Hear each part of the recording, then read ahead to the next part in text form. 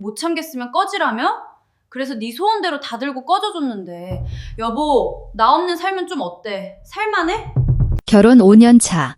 나는 매일 퇴근 후에도 시어머니의 야식을 끓이고 다리를 주무르고 대야에 물을 받아 발까지 씻겨 드려야 했다. 어머니는 고맙다는 말 한마디 없이 미간을 찌푸리며 쏘아붙이기 일쑤였다. 너무 뜨겁잖아. 간이 하나도 안 맞네. 너 머리는 폼으로 달고 다니니? 그날은 야근으로 새벽이 되어서야 파김치가 된 몸을 이끌고 집에 도착했는데 현관 비밀번호가 바뀌어 있었다. 시어머니는 인터폰 너머로 비웃으며 말했다. 제 시간에 야식도 안 차리는 주제에 감히 내 아들 집에 기어들어오려고? 남편에게 전화를 걸었지만 돌아온 건 싸늘한 한마디뿐이었다. 누가 우리 엄마 소홀히 하래? 꼬우면 나가든가? 나는 화내지 않았다. 그저 차분하게 집주인에게 전화를 걸어 딱 한마디를 남겼다.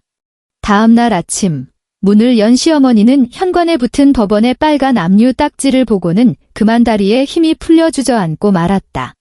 본격적인 이야기를 시작하기 전에 청취자 여러분이 어디서 듣고 계신지 댓글로 남겨주세요.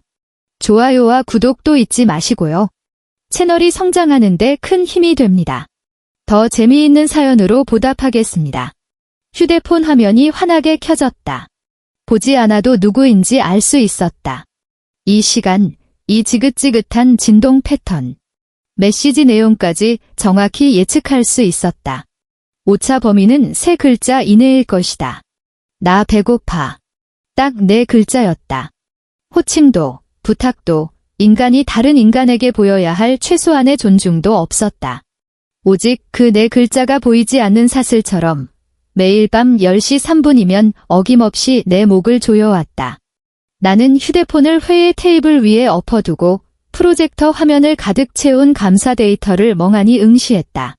이 대리가 3분기 재무 이상 징후를 보고하고 있었지만 그의 목소리는 파리떼가 윙윙거리는 소리처럼 귓가를 맴돌 뿐이었다. 귀에 들어오지 않았다. 위장이 경련을 일으키고 있었다. 배가 고파서가 아니었다. 그 4글자 때문이었다. 회의실 에어컨은 빵빵하게 돌아가고 있었고 머리 위로 찬바람이 쏟아지는데도 등줄기엔 식은땀이 흘렀다. 블라우스가 척추에 달라붙어 끈적거렸다. 마치 떼어낼 수 없는 막처럼. 강 팀장님. 강 팀장님. 이 대리의 목소리가 갑자기 한 옥타브 높아졌다. 고개를 들자 회의실의 모든 눈이 나를 향해 있었다. 이 안건에 대해 어떻게 생각하십니까? 눈을 깜빡였다. 머릿속이 하얗게 비어버렸다. 내가 방금 무슨 생각을 하고 있었지? 사골국을 생각하고 있었다. 냉동실에 사골이 얼마나 남았는지. 국을 끓이는데 20분, 군만두를 데우는데 5분, 침실로 가져가는데 30초. 그리고 침대맡에 서서 시어머니가 첫 술을 뜨고 짜다, 싱겁다, 왜 이렇게 적냐라고 평가하는 걸 듣기까지 최소 2분이 걸린다는 계산을. 문제없어요. 내 입에서 제멋대로 목소리가 튀어나갔다. 계속하세요. 이 대리가 안도의 한숨을 내쉬며 보고를 이어갔다. 나는 고개를 숙여 다시 한번 반짝이는 휴대폰 화면을 훔쳐보았다. 국물 진하게. 2번째 문자였다. 손톱이 손바닥을 파고들었다. 통증은 선명했다. 마치 가느다란 바늘이 살을 뚫고 들어오는 것 같았다. 나는 손을 풀지 않았다. 이 통증이 필요했다. 이 아픔이 있어야 내가 누구인지 잊지 않고 당장 벌떡 일어나 300만 원짜리 회의 테이블을 엎어버리지 않을 수 있었으니까. 회의는 10시 47분에 끝났다. 서류를 챙기는데 휴대폰이 3번째로 울렸다. 너 있니? 없니? 답장하지 않았다. 서류를 가방에 구겨넣고 외투를 걸친 뒤 회의실을 나섰다. 복도의 형광등 불빛이 너무 하얗다 못해 푸르스름해서 눈시울이 시큰거렸다. 조명 탓인지 아니면 다른 이유 때문인지 알 수 없었다. 엘리베이터엔 나 혼자였다. 거울 속의 나를 바라보았다. 35. 푸르스름한 다크서클, 선명한 팔자주름, 입꼬리는 물 밖으로 나온 물고기처럼 축 처져 있었다. 머리는 아래로 대충 묶었는데 정수리 쪽은 이미 기름에 절어 떡이져 있었다. 감을 시간이 없었다. 새벽 6시에 일어나 아침상을 차리고 7시에 집을 나와 지옥철에 몸을 싣고 8시에 회사에 도착해 조회를 하고 그 후로 14시간을 쉬지 않고 일했다. 그 사이 내가 먹은 건 믹스커피 3잔, 편의점 삼각김밥 하나가 전부였고 화장실은 딱 2번 갔다. 나를 위한 시간은 단 1초도 없었다. 엘리베이터 문이 열리자 로비에 남아있는 소독약 냄새가 코를 찔렀다.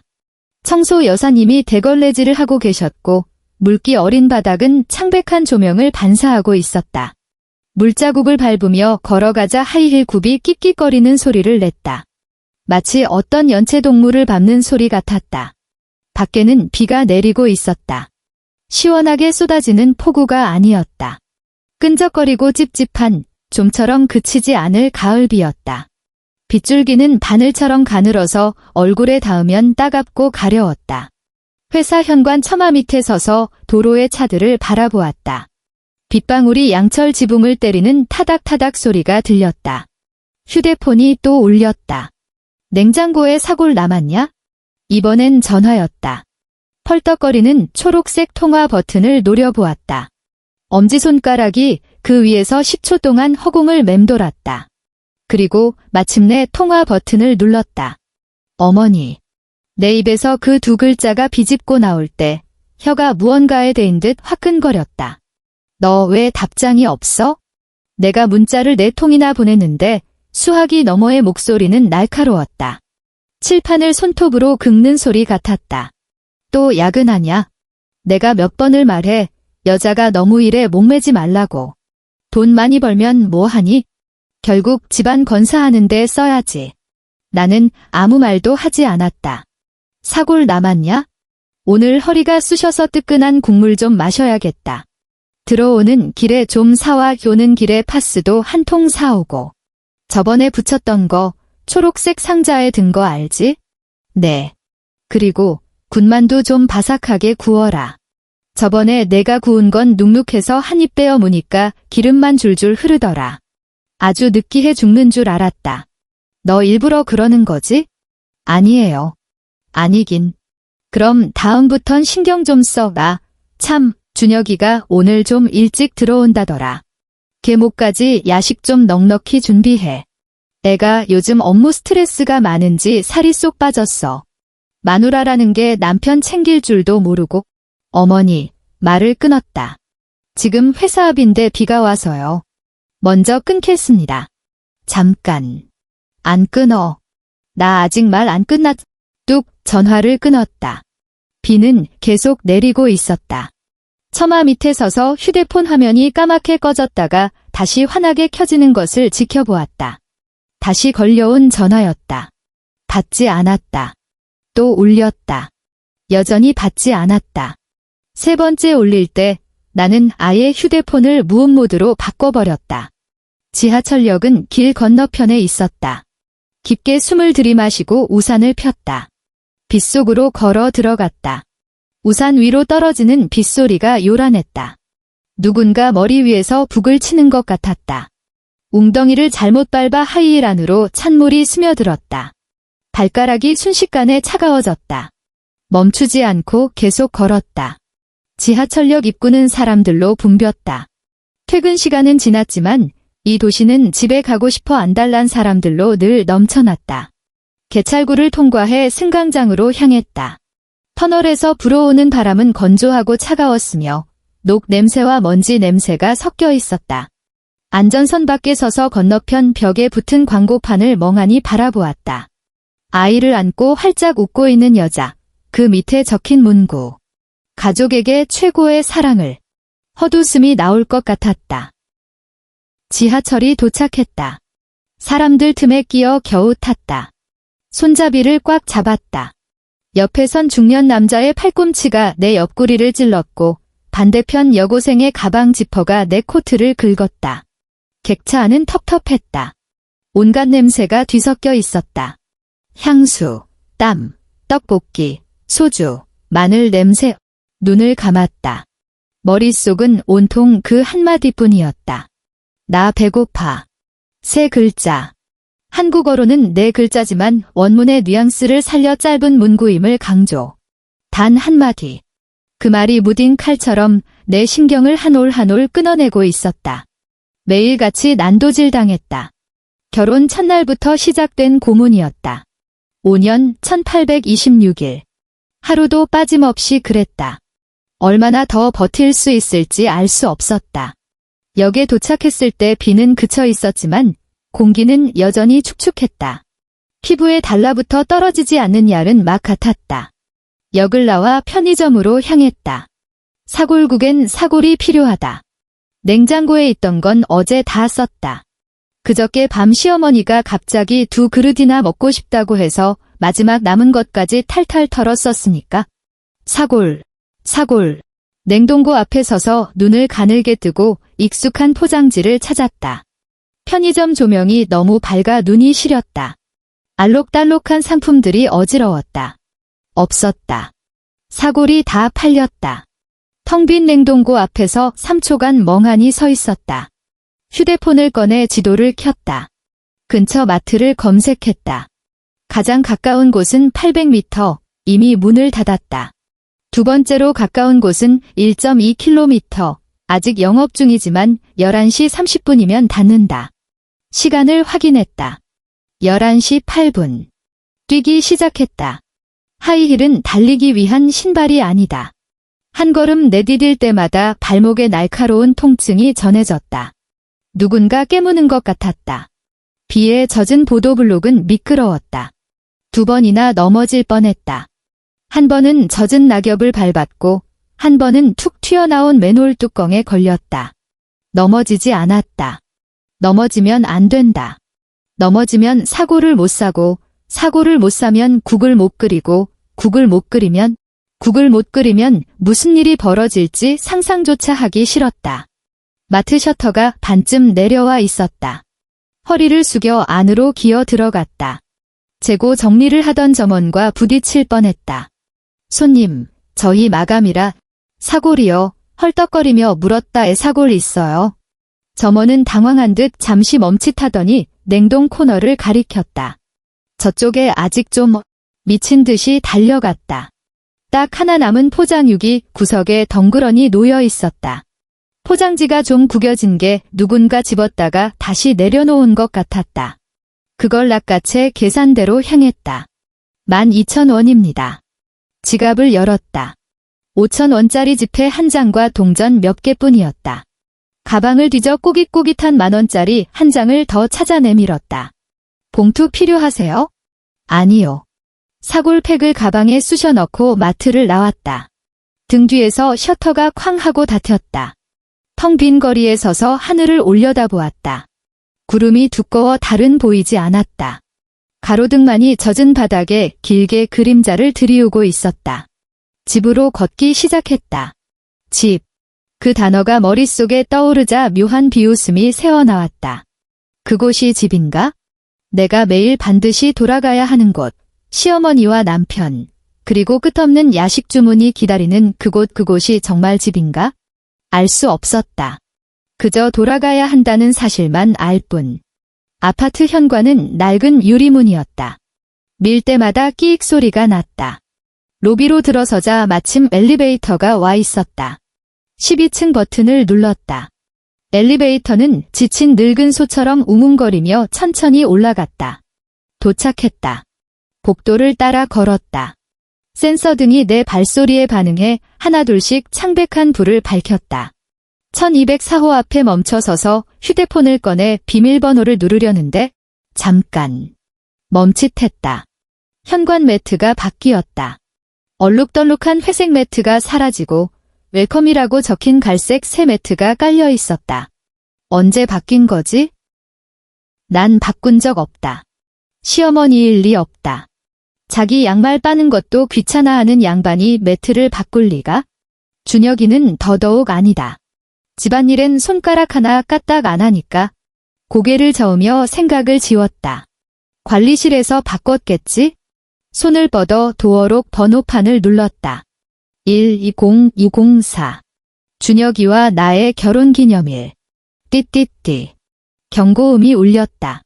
오류. 잘못 눌렀나 싶어 다시 천천히 눌렀다. 띠띠띠. 비밀번호가 일치하지 않습니다. 도어록의 기계음은 감정 없이 차가웠다. 숫자 키 위에 손가락을 올린 채 멍하니 서 있었다. 머릿속이 새하얘졌다. 비밀번호가 바뀌었다. 그 생각이 번개처럼 뇌리를 스쳤다. 비밀번호가 바뀌었다. 누군가 우리 집 비밀번호를 바꿨다. 초인종을 눌렀다. 반응이 없었다. 다시 눌렀다. 여전히 조용했다. 인터폰 화면을 들여다보니 안에서 불빛이 새어나왔다. 사람은 있다. 문을 두드리기 시작했다. 어머니, 어머니, 저예요. 문 좀 열어주세요. 대답은 없었다. 문에 귀를 대보니 희미하게 TV 소리가 들렸다. 시어머니가 매일 밤 챙겨보는 막장 드라마였다. 여주인공이 어떻게 나한테 이럴 수 있어 라며 울부짖고 있었다. 휴대폰을 꺼내 시어머니에게 전화를 걸었다. 또 연결됐다. 어머, 이게 누구야? 우리 바쁘신 며느님 아니니? 웬일로 전화를 다 하고 비아냥거리는 말투. 소름 끼치도록 익숙한 뼈 있는 목소리. 왜? 문 앞에 서 있으니까 못 들어오겠어? 어머니, 최대한 침착하게 말했다. 비밀번호가 왜 바뀐 거죠? 바뀌어. 당연히 바뀌지의 수화기 너머로 웃음기가 느껴졌다. 고소해 죽겠다는 듯한 웃음. 내 아들 집인데 내가 바꾸고 싶으면 바꾸는 거지? 꼬우냐. 손이 떨리기 시작했다. 분노 때문인지 다른 무엇 때문인지 알 수 없었지만 휴대폰을 쥔 손이 덜덜 떨렸다. 어머니, 저 지금 들어가야 해요. 문 좀 열어주세요. 들어가. 시어머니의 목소리가 찢어질 듯 높아졌다. 내가 무슨 낯짝으로 들어와? 내가 얼마나 기다렸는지 알아? 10시부터 지금까지. 벌써 12시다. 내가 배고파서 쓰러질 지경인 거 몰라? 나 위장병 있는 거 알지? 한 끼만 걸러도 밤새 쏙 쓰려 잠 못 자는 거 알면서. 어머니, 오늘 회사 감사가 있어서. 감사고 나발이고 말을 뚝 잘랐다. 회사가 집보다 중요해? 사장이 시어미보다 중요하냐고. 강지원 너 잘 들어? 오늘 밤엔 들어올 생각도 마. 밖에서 꼿꼿이 서서 반성이나 해. 내가 이 집구석을 얼마나 우습게 알았는지 뼈저리게 느껴보라고. 뚝. 전화가 끊겼다. 멍하니 서서 끊어진 전화기를 귀에 대고 있었다. 뚜뚜뚜. 신호음 하나하나가 뺨을 때리는 것 같았다. 다시 걸었다. 안 받는다. 또 걸었다. 여전히 안 받는다. 준혁에게 걸었다. 또. 여보세요? 잠기운 가득한 목소리. 짜증이 잔뜩 묻어 있었다. 준혁아, 내가 말했다. 나 문을 못 열겠어? 비밀번호가 바뀌었어. 비밀번호, 준혁이 하품을 했다. 아, 그거. 엄마가 바꿨다고 하더라. 나한테 말했어? 그럼 왜 나한테 말 안 했어? 깜빡했어. 깜빡했단다. 내 남편이 집 비밀번호가 바뀐 걸 나한테 말해주는 걸 깜빡했단다. 지금 나와서 문 좀 열어줄 수 있어? 목소리가 떨리지 않게 애썼다. 문 앞이야. 밖이 너무 추워. 너 또 엄마 화나게 했지? 준혁의 목소리에 비난조가 섞였다. 엄마가 다 말했어?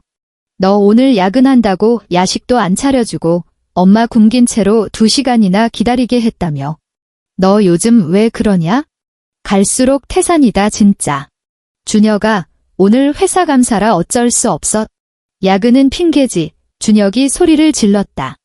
우리 엄마가 나 혼자 키우면서 얼마나 고생했는지 알아? 그 고생 다 하고도 힘들단 소리 한 번 안 하셨어. 내가 못 견디겠으면 나가.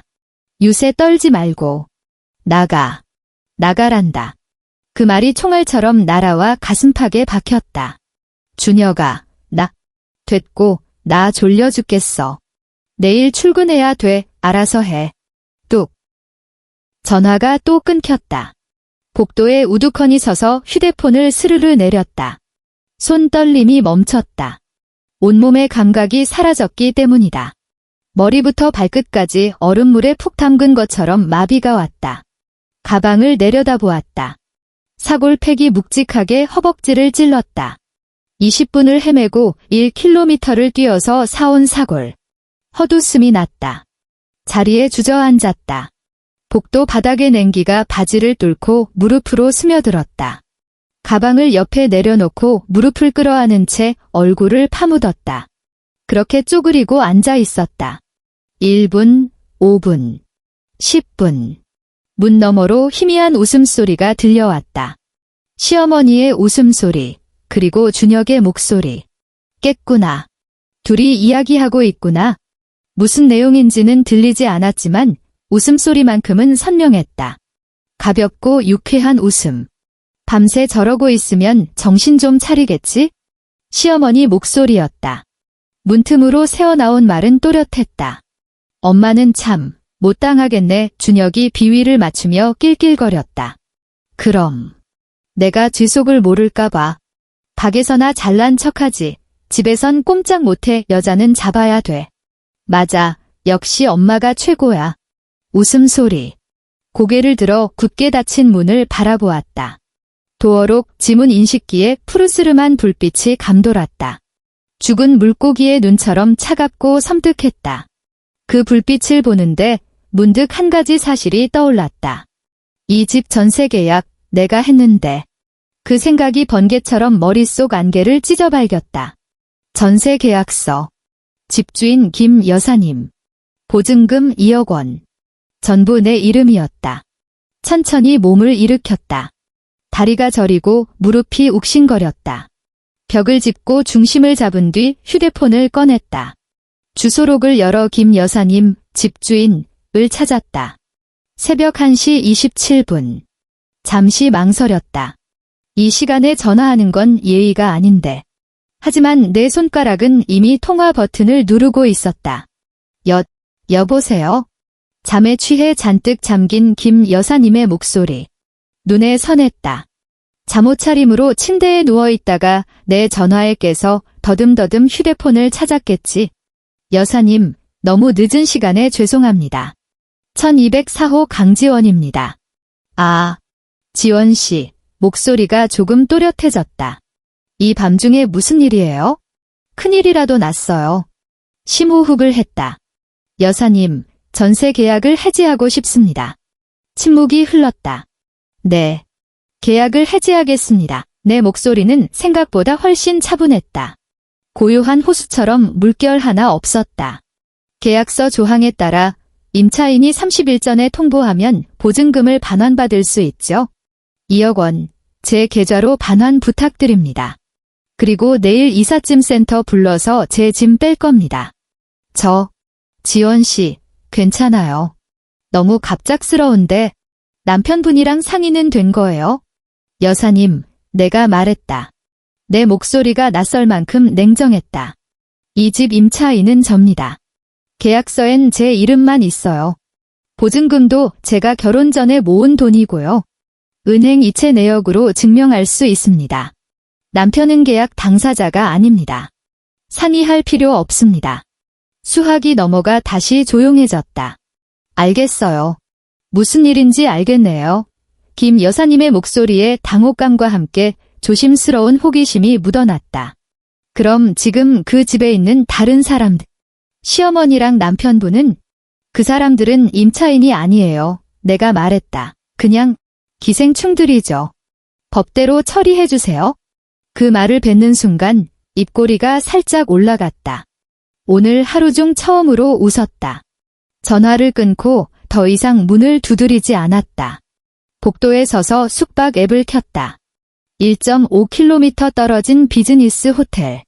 스탠다드룸 1박 8만 원, 조식 포함. 카드로 결제했다. 가방을 내려다보았다. 사골팩, 지갑, 휴대폰, 다 읽지 못한 책 한 권. 그리고 보조 열쇠 뭉치 집 열쇠가 아니라 사무실 열쇠였다.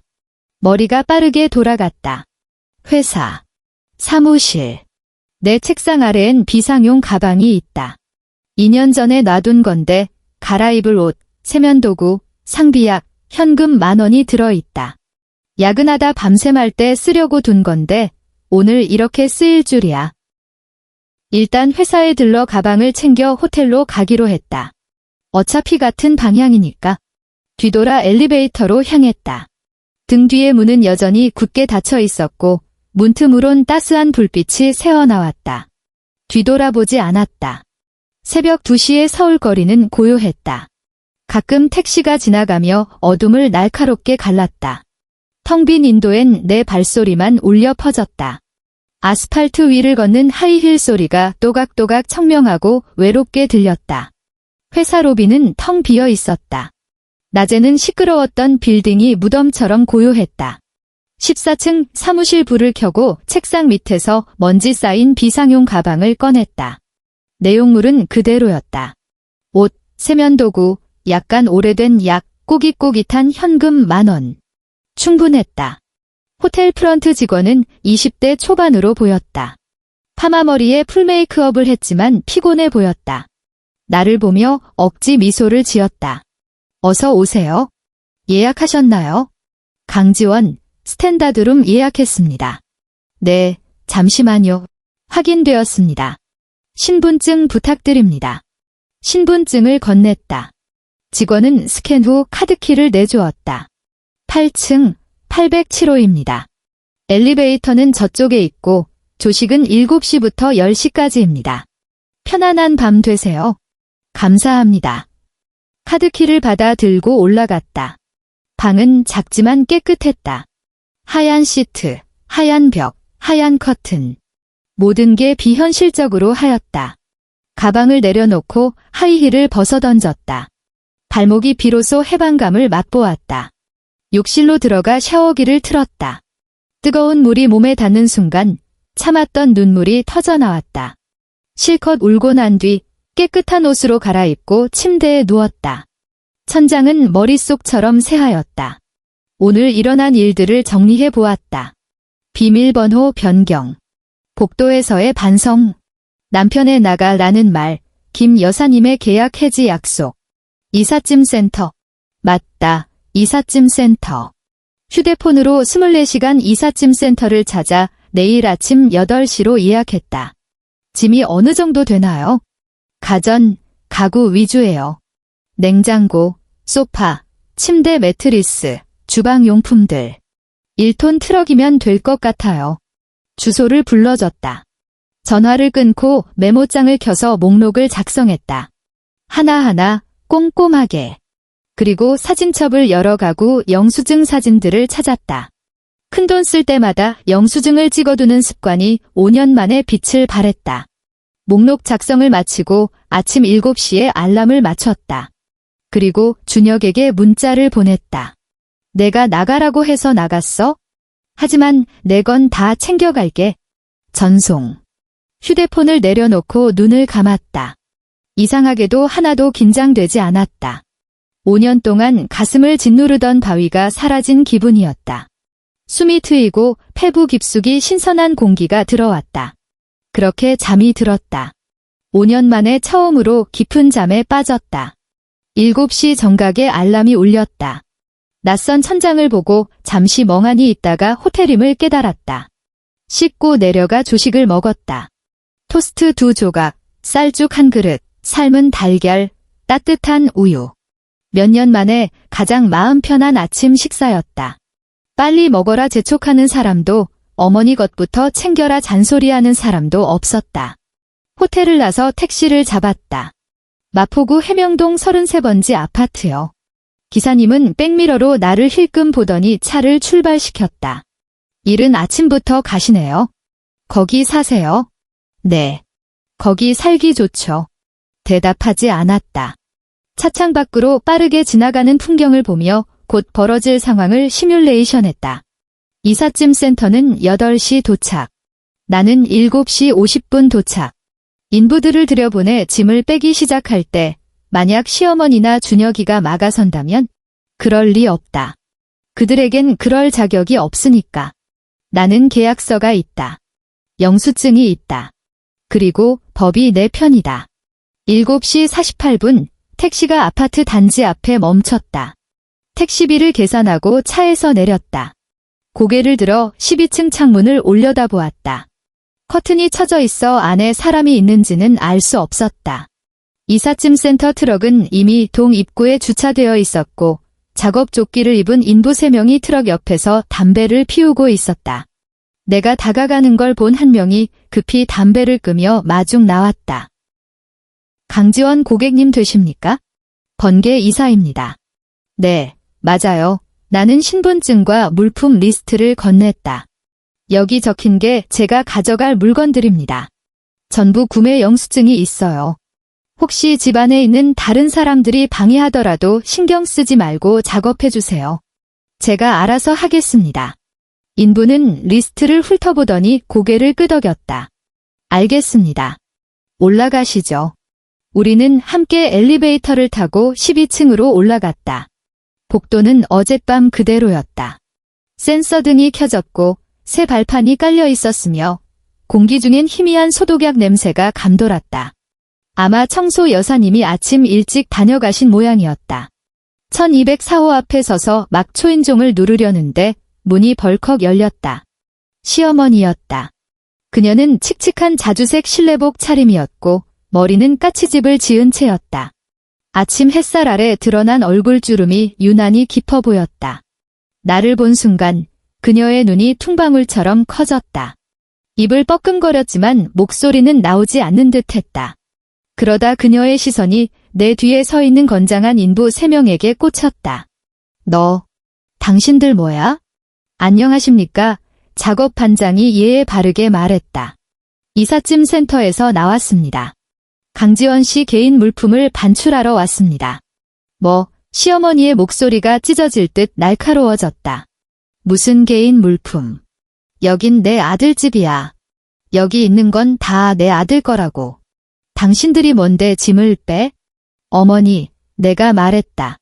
내 목소리는 아주 차분했다. 여기 있는 물건들은 준혁이게 아니에요. 냉장고는 제가 샀어요. 여기 영수증 있고요. 소파도 제가 샀습니다. 영수증 여기요. 침대는 제 혼수였죠. 결혼식 날 들어오던 사진도 증거로 있어요. 이 물건들은 전부 제 소유고 제가 가져갈 권리가 있습니다.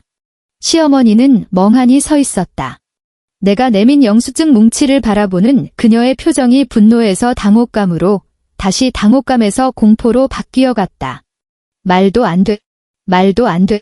그녀가 중얼거렸다. 이 물건들이 이게 다 내 거라니. 제 겁니다. 내가 말을 잘랐다. 하나부터 10까지 다 제 거예요. 지난 5년 동안 이 집 전세 보증금도 제가 냈고 가전가구, 매달 관리비, 아버님 병원비, 어머니 영양제 값, 심지어 준혁이 카드값까지 전부 제가 냈어요. 은행 입출금 내역에 토시 하나 안 틀리고 다 남아있다고요. 시어머니의 얼굴이 기묘한 푸른빛으로 질려갔다. 그녀는 입을 달싹이며 뭐라 말하려 했지만 단 한마디도 뱉지 못했다. 기사님, 나는 이삿짐 센터 직원들을 돌아보았다. 작업 시작해주세요. 알겠습니다.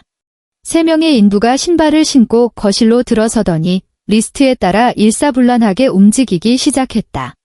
그들의 동작은 전문적이고 신속하고 냉정했다. 냉장고, 소파, 침대 매트리스, 식탁 가구들이 하나씩 분해되어 현관을 나섰고 엘리베이터에 실려 아래층 트럭으로 옮겨졌다. 시어머니는 거실 한복판에 서서 자신의 집이 조금씩 텅 비어가는 광경을 지켜보았다. 마치 벼락이라도 맞은 사람처럼 넋을 놓고 꼼짝도 하지 않았다. 안 돼. 이럴 순 없어. 내가 나한테 어떻게 이래? 갑자기 그녀가 비명을 지르며 소파를 옮기던 인부에게 달려들었다. 어르신, 진정하세요. 인부가 예에 바르지만 단호하게 몸을 피했다. 이 물건들은 구매 증빙이 된 강지원 고객님의 합법적인 재산입니다. 불만 있으시면 법적으로 해결하시고 지금은 업무 방해하지 마십시오. 법. 무슨 얼어 죽을 법. 시어머니가 발악했다. 내가 저 시어미야. 우리 집에 시집 왔으면 우리 집 귀신이지. 제 물건이 곧 우리 집 물건인 거야. 어머니, 내가 말했다. 착각하고 계신 게 하나 있네요. 이 물건들은 시집 온 게 아니라 제가 제 돈으로 산 겁니다. 그리고 나는 잠시 말을 멈추고 그녀의 눈을 똑바로 쳐다보았다. 전 어머니 댁에 시집 온 게 아니에요. 그저 어머니 아들과 혼인신고를 했을 뿐이죠. 그리고 이제 이혼할 겁니다. 시어머니의 몸이 휘청거렸다. 그녀는 뒷걸음질 치다 벽에 부딪히더니 그대로 주르륵 미끄러져 주저앉았다.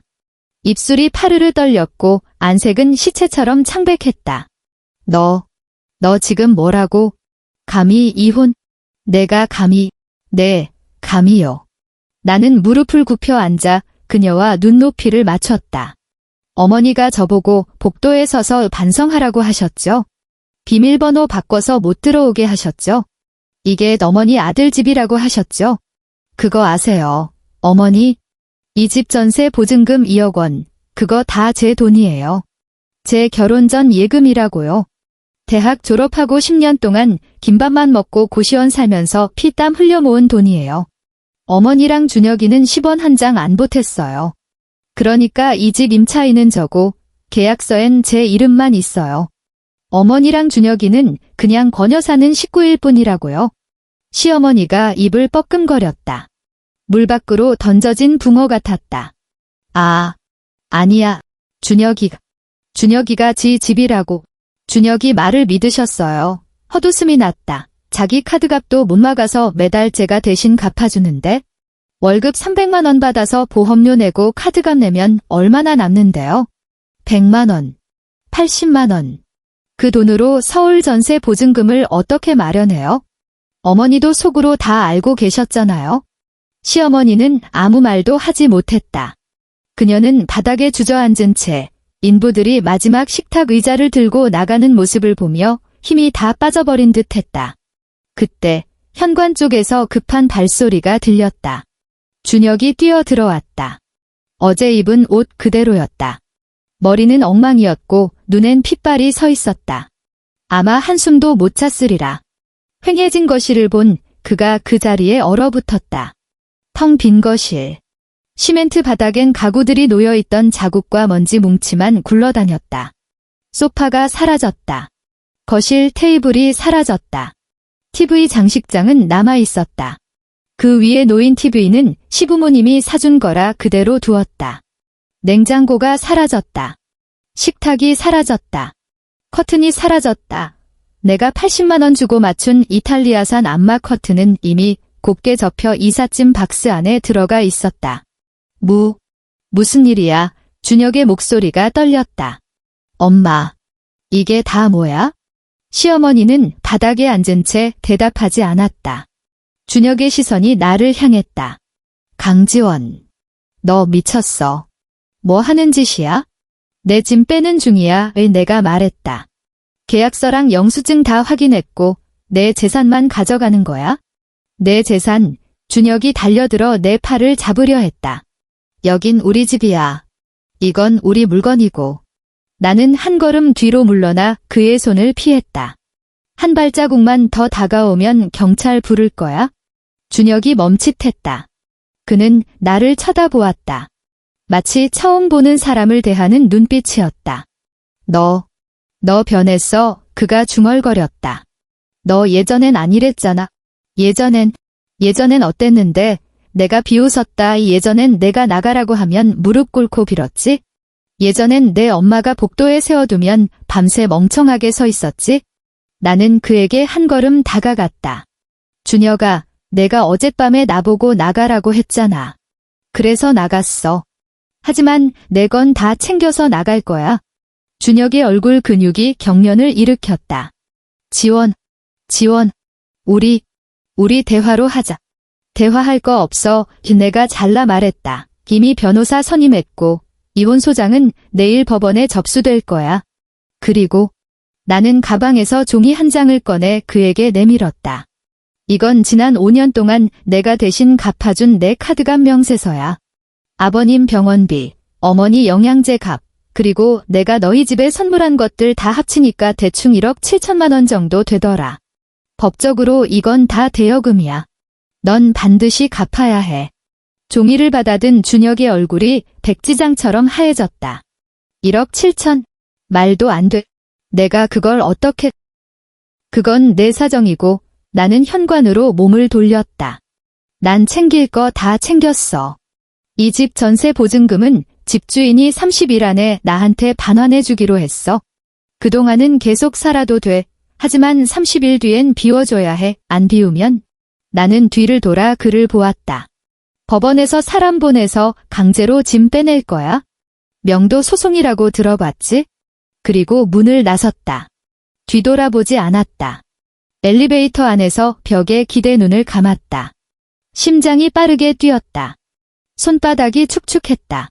하지만 후회는 없었다. 엘리베이터 문이 열리자 깊게 숨을 들이마시고 걸어 나갔다. 이삿짐 센터 트럭은 이미 짐으로 가득 차 있었다. 인부들이 짐이 흔들리지 않게 고정밧줄을 단단히 메고 있었다. 강지원 고객님, 상차 끝났습니다. 어디로 갈까요? 대운 물류창고로 부탁드려요. 미리 예약해둔 보관이사 업체의 명함을 건넸다. 아직 새 집을 못 구해서 당분간 보관하려고요. 네, 알겠습니다. 잔금을 치르고 트럭이 천천히 멀어지는 것을 지켜보았다. 그리고 아파트 화단에 서서 마지막으로 12층 창문을 올려다보았다. 커튼을 떼어내 휑한 유리창은 눈꺼풀 없는 눈처럼 흉했다. 창가에 서 있는 시어머니의 실루엣이 희미하게 보였다. 무슨 생각을 하고 있을까? 더 이상 보지 않았다. 몸을 돌려 지하철역으로 향했다. 그 후 며칠간 나는 회사 근처의 단기 임대 원룸텔에서 지냈다. 방은 고작 5평 남짓으로 작았지만 혼자 지내기엔 충분했다. 침대, 책상, 개인 욕실이 있었고 월세는 45만 원의 공과금 포함이었다. 나는 그동안 모아둔 증거들을 정리하기 시작했다. 은행 거래 내역서, 쇼핑몰 구매 영수증, 이체 확인증, 그리고 채팅 캡처들 시어머니가 보낸 저주 같은 독촉 문자들, 준혁이 보낸 비난 섞인 메시지들.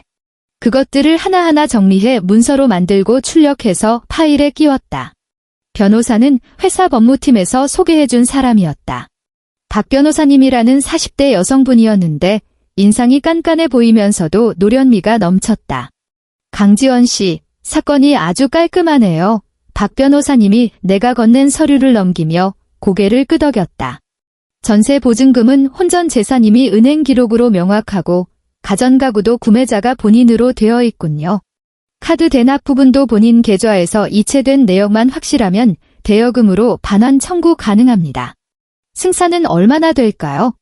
최소 9할 이상입니다. 박 변호사님이 파일을 덮으며 말했다. 상대방이 반박할 여지가 거의 없어요. 유일한 변수는 이혼 소송 기간인데 상대방이 협의 이혼을 거부하면 조금 길어질 수도 있습니다. 동의할 겁니다. 내가 말했다. 그 사람은 소송할 돈이 없거든요. 박 변호사님이 나를 보며 입꼬리를 살짝 올렸다. 남편분을 아주 잘 파악하고 계시네요. 5년이니까요. 왜 내가 말했다. 알기 싫어도 알게 되더라고요. 3일 뒤 시어머니에게서 문자가 왔다. 장문의 문자였는데 내가 알던 그 표독스러운 노인네가 맞나 싶을 정도로 말투가 달랐다. 지원아, 애미가 노망이 났었나 보다. 비밀번호 바꾼 거, 모진말 한 거 다 내가 잘못했다. 집으로 돌아오면 안 되겠니? 내가 사과하마. 내가 좋아하는 삼계탕 푹 끓여놓고 기다릴게. 준혁이가 지금 매일 술만 마신다. 애미가 정말 걱정돼서 그래? 우리 식구끼리 얼굴 보고 얘기 좀 하자, 응? 나는 그 문자를 5분 동안 뚫어지게 쳐다보았다. 삼계탕. 삼계탕을 끓여준단다. 지난 5년 동안 그 여자가 내 손으로 밥 한 번 차려준 적 있었던가? 매일 내가 했다. 아침도 내가, 저녁도 내가, 한밤중에 사골국도 내가 끓였다. 그녀가 한 일이라곤 침대에 누워 휴대폰이나 보다가 내가 밥상을 대령하면 짜다, 싱겁다, 맛없다 타박하는 게 전부였다. 그런데 이제 와서 삼계탕을 끓여주겠다고? 웃겼다.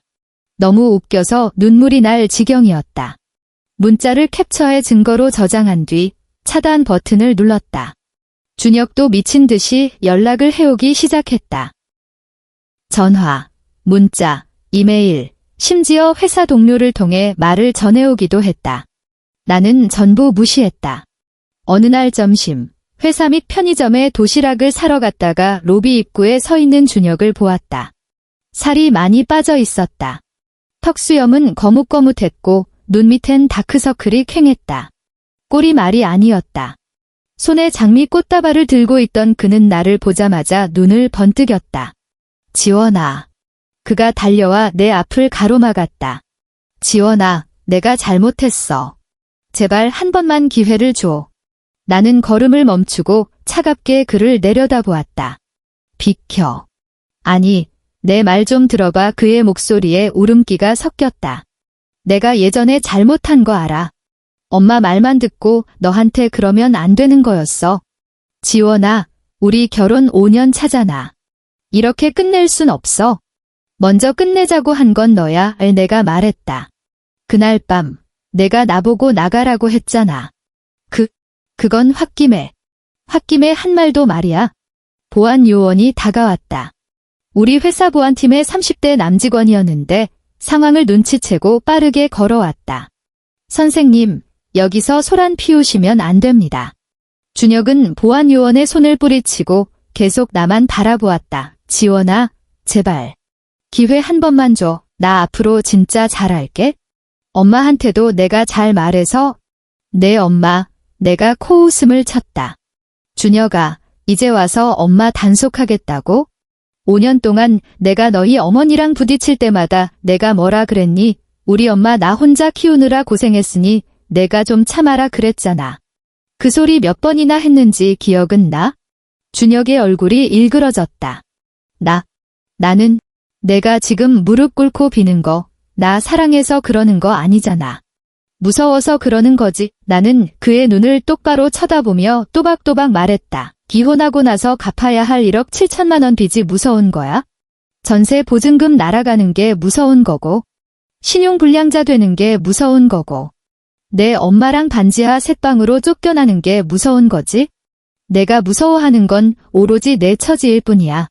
나랑은 아무 상관없어. 준혁의 몸이 굳었다. 입을 멍하니 벌린 그의 눈동자에 전곡을 찔린 자의 공포가 떠올랐다. 그러니까 연기 그만해. 나는 그를 지나쳐 걸어갔다. 법정에서 보자. 몇 걸음 가다 말고 다시 멈춰 서서 뒤를 돌아보았다. 참, 방금 너 무릎 꿇고 비는 거 동영상으로 다 찍었어. 한 번만 더 회사 찾아와서 스토킹하면 사내 메신저랑 게시판에 싹 다 뿌려버릴 거야. 준혁의 얼굴이 순식간에 흑빛으로 변했다. 일주일 후 아버지에게서 전화가 왔다. 지원아, 너그 엄마한테 들었는디 이혼한다며? 아버지의 목소리엔 걸쭉한 전라도 사투리가 섞여 있었다. 늙고 쉰 목소리였지만 따뜻했다. 서울로 시집 오고 나서 정말 오랜만에 듣는 목소리였다. 1년에 기껏해야 한두 번, 명절 때나 잠깐 듣던 목소리. 응, 아빠. 나 이혼해. 수화기 너머로 잠시 침묵이 흘렀다. 그 썩을 놈들이 너 괴롭혔냐? 갑자기 코끝이 찡해졌다. 아빠가 못나서 너한테 든든한 백도 못 돼주고. 아버지의 목소리가 미세하게 떨렸다. 근디 아빠는 안다. 그 집구석 사람들 아뇨? 그냥 내려오너라. 아빠가 너 책임질 텐게. 눈물이 왈칵 쏟아졌다. 창가에 서서 회색빛 서울 하늘을 바라보는데 눈물 때문에 시야가 흐려졌다.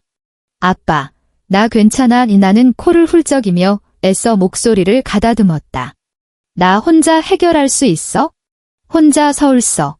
아빠, 진짜 괜찮아. 깊게 숨을 들이마셨다. 나 직장도 있고 모아둔 돈도 있고 변호사도 샀어. 그 사람들은 이제 나한테 손끝 하나 못 대. 다시 침묵이 흘렀다. 그럼 언제 한번 내려올 거냐? 이혼 절차 다 끝나면 갈게. 그래, 알았다. 아버지의 목소리가 물기에 젖어 있었다. 우리 딸, 고생 많았다. 전화를 끊고 한참 동안 창밖을 보았다. 아버지의 거친 손, 하얗게 센 머리카락, 구분 등 그 모습들이 눈앞에 어른거렸다. 어릴 적 아버지 자전거 뒷자리에 타고 등교하던 기억이 났다. 아버지 허리를 꼭 끌어안고 아버지가 부르던 구성진 노랫가락을 듣던 그때 아버지의 등은 참 넓고 따뜻하고 안전했는데 이제 아버지는 늙으셨다. 등은 굽었고 머리는 휘어졌고 목소리는 쉬었다. 아빠가 책임질게 라고 하실 때의 그 안타까움과 무력감이 뒤섞인 말투가 가슴을 후벼 팠다. 미안해, 아빠. 걱정시켜서. 이혼 소송은 생각보다 순조로웠다. 준혁은 변호사를 살 돈도 없었고 내 주장을 반박할 증거도 없었다. 판사는 신속하게 판결을 내렸다. 이혼을 허가하며 최준혁은 강지원에게 대납 비용 총 1억 7천만 원을 1년 이내에 상환할 것, 쌍방 명의의 공동재산은 없으므로 재산 분할은 없음. 판결문이 송달된 날, 나는 변호사 사무실 회의실에 앉아 그 문서를 꼼꼼히 3번이나 읽었다. 축하드려요. 강지원 씨, 박 변호사님이 웃으며 말했다. 이제부터 자유의 몸이시네요. 자유의 몸. 그 네 글자를 입안에서 몇 번이나 굴려보았다. 혀끝에 닿은 사탕처럼 천천히 녹아내리며 달콤한 맛을 냈다. 판결문에서 눈을 떼고 창밖을 보았다. 10월의 서울, 하늘은 갓 닦아놓은 유리창처럼 투명한 파란색이었다. 창으로 비스듬히 들어온 햇살이 내 손등 위로 따스하게 내려앉았다. 나는 자유다. 한 달 뒤, 전세 보증금 2억 원이 내 계좌로 입금되었다. 2억 원이라는 숫자가 통장에 찍힌 걸 보니 마치 잃어버린 친구를 되찾은 기분이었다. 법원에서 판결한 1억 7천만 원은 준혁에게 갚을 능력이 없었기에 급여 압류 및 분할 상환 공증을 받았다. 매달 그의 월급에서 일정 금액이 꼬박꼬박 내 통장으로 들어올 것이다. 거기에 지난 5년간 악착같이 모은 내 비상금까지 합치니 수중에 현금 약 2억 8천만 원이 모였다. 나는 집을 알아보기 시작했다. 전세는 이제 지긋지긋했다. 아무리 보증금이 높아도 결국 남의 집이다. 집주인이 나가라고 하면 나가야 하고 보증금을 올려달라고 하면 올려줘야 한다. 내 집을 사고 싶었다. 온전한 나만의 공간. 집을 구하는 과정은 생각보다 길었다. 서울 집값은 비쌌다. 2억 8천만 원으로는 강남에선 주차장 한 칸 사기도 힘들었고 시내 아파트는 엄두도 못 냈다. 그렇다고 무리하게 대출을 받아 이자에 허덕이고 싶진 않았다. 결국 회사 근처의 오래된 아파트 단지에서 20평짜리 매물을 찾았다. 지은 지 30년이 다 되어가는 낡은 복도식 아파트였고 엘리베이터가 없는 5층이었다. 하지만 남향이라 채광이 좋았고 창문 너머로 작은 공원이 보여 아침마다 새소리를 들을 수 있었다. 무엇보다 가격이 딱 맞았다. 매매가 2억 6천만 원, 전액 현금 박치기. 계약서를 쓰는 날, 나는 혼자 부동산에 갔다. 중개보조원은 젊은 청년이었는데 혼자 계약하러 온 나를 보며 조금 놀란 눈치였다. 사모님, 가족분들이랑 같이 안 오셔도 되나요? 괜찮아요. 나는 볼펜을 들어 계약서 서명란에 이름을 적었다. 제 집이거든요. 마지막 도장을 찍고 계약서를 내려다보았다. 강지원. 소유자란에 적힌 내 이름 3글자가 그렇게 든든할 수가 없었다. 이건 내 집이다. 진짜 내 집. 시어머니도 없고 남편도 없고 내 아들 명의 집이라는 헛소리도 없는 곳. 오직 나, 강지원의 집. 새 집으로 이사한 날, 나는 하루 종일 짐을 정리했다. 창고에서 찾아온 가구들을 배치하고 새로 산 뽀송뽀송한 침구를 깔고 냉장고를 내가 좋아하는 음식들로만 채웠다. 꽃시장에 가서 화분 몇 개를 사 창가에 두었고 베란다엔 앵두 전구를 달았다. 밤에 불을 켜면 방 전체가 따스한 빛으로 물들었다. 그날 밤, 나는 소파에 앉아 편의점 캔맥주를 마시며 창밖 공원의 가로등을 바라보았다. 결혼 5년 만에 처음으로 혼자 조용히 마시는 맥주였다. 그 집구석에선 술도 맘대로 못 마셨다. 시어머니는 여자가 술 마시면 팔자 드세다고 했고 준혁은 조신하지 못하다고 했다. 회식하고 들어와서 술 냄새라도 풍기면 시어머니의 눈초리에 살이 베일 지경이었다. 하지만 이젠 아무도 나를 간섭하지 않는다. 술을 마시고 싶으면 마신다. 치킨을 뜯고 싶으면 뜯는다. 점심때까지 늘어지게 자고 싶으면 잔다. 새벽까지 넷플릭스를 봐도 아무도 뭐라 안 한다. 밤 10시 3분에 나 배고파라는 문자를 보낼 사람도 없다. 야근하고 돌아온 나를 복도에 세워두고 반성하라 으는 사람도 없다. 너는 우리 집에 시집 온 여자라고 가스라이팅 할 사람도 없다. 맥주 한 캔을 비우고 냉장고에서 한 캔을 더 꺼냈다. 오늘 밤은 취할 때까지 마실 거다. 새로운 삶이 시작되었다. 매일 아침 내 침대에서 눈을 뜨면 창밖공원에서 새 지저귀는 소리가 들린다. 일어나서 커피를 내리고 간단한 아침을 먹는다. 토스트에 계란 프라이일 때도 있고 김치볶음밥일 때도 있고 귀찮으면 컵라면 하나일 때도 있다. 어머니 아침상 차려라 재촉하는 사람이 없다. 지 입에 들어가는 것만 챙기네 비아냥거리는 사람이 없다. 혼자 먹지만 천천히 아주 평온하게 먹는다. 주말에는 예전부터 하고 싶었지만 시간이 없어 못했던 것들을 배우기 시작했다. 요리 학원에 등록해 한식을 배웠다. 누구를 위해 밥을 차리는 게 아니라 그냥 내가 먹고 싶어서 배우는 요리였다.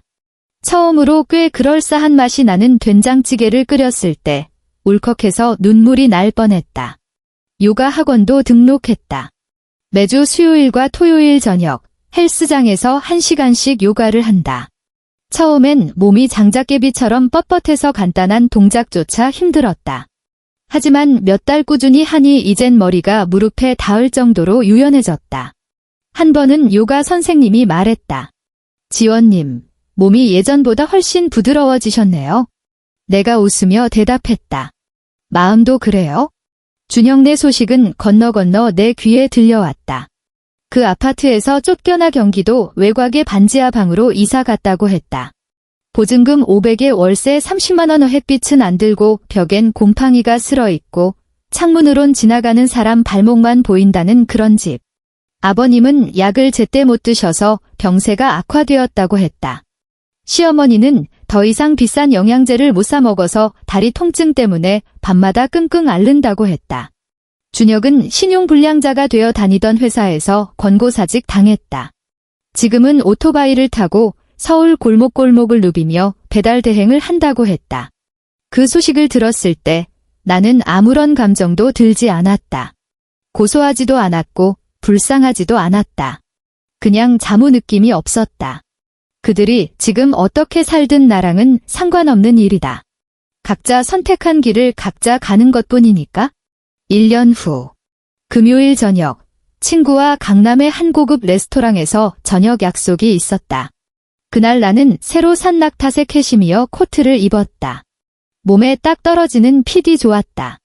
화장은 옅게 했고 요즘 유행한다는 말린 장미색 립스틱을 발랐다.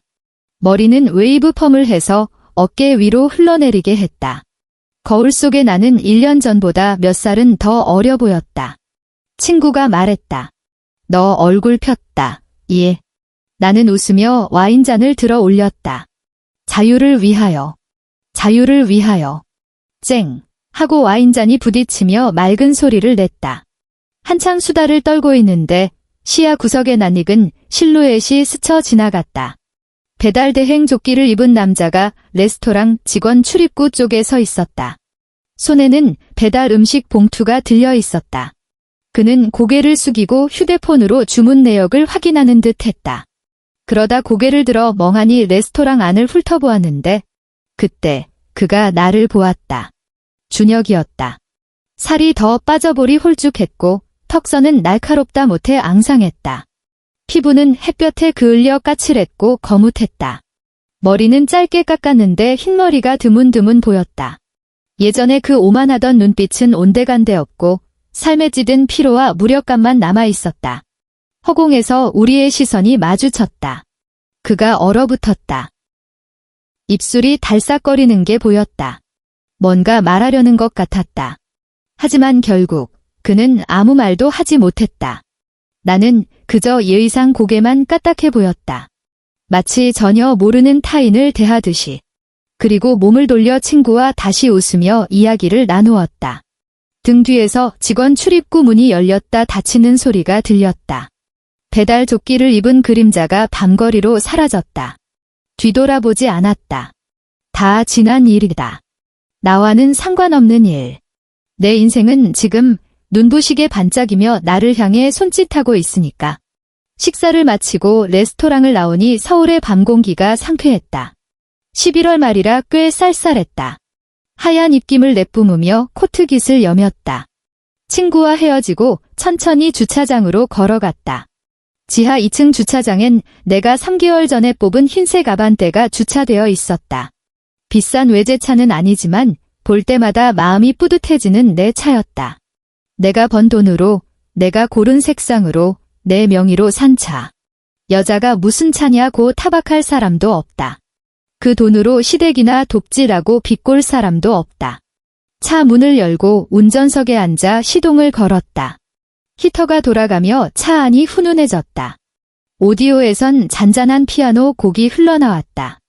핸들을 잡고 지하 주차장의 창백한 형광등 불빛을 바라보다가 문득 1년 전 그날 밤이 떠올랐다.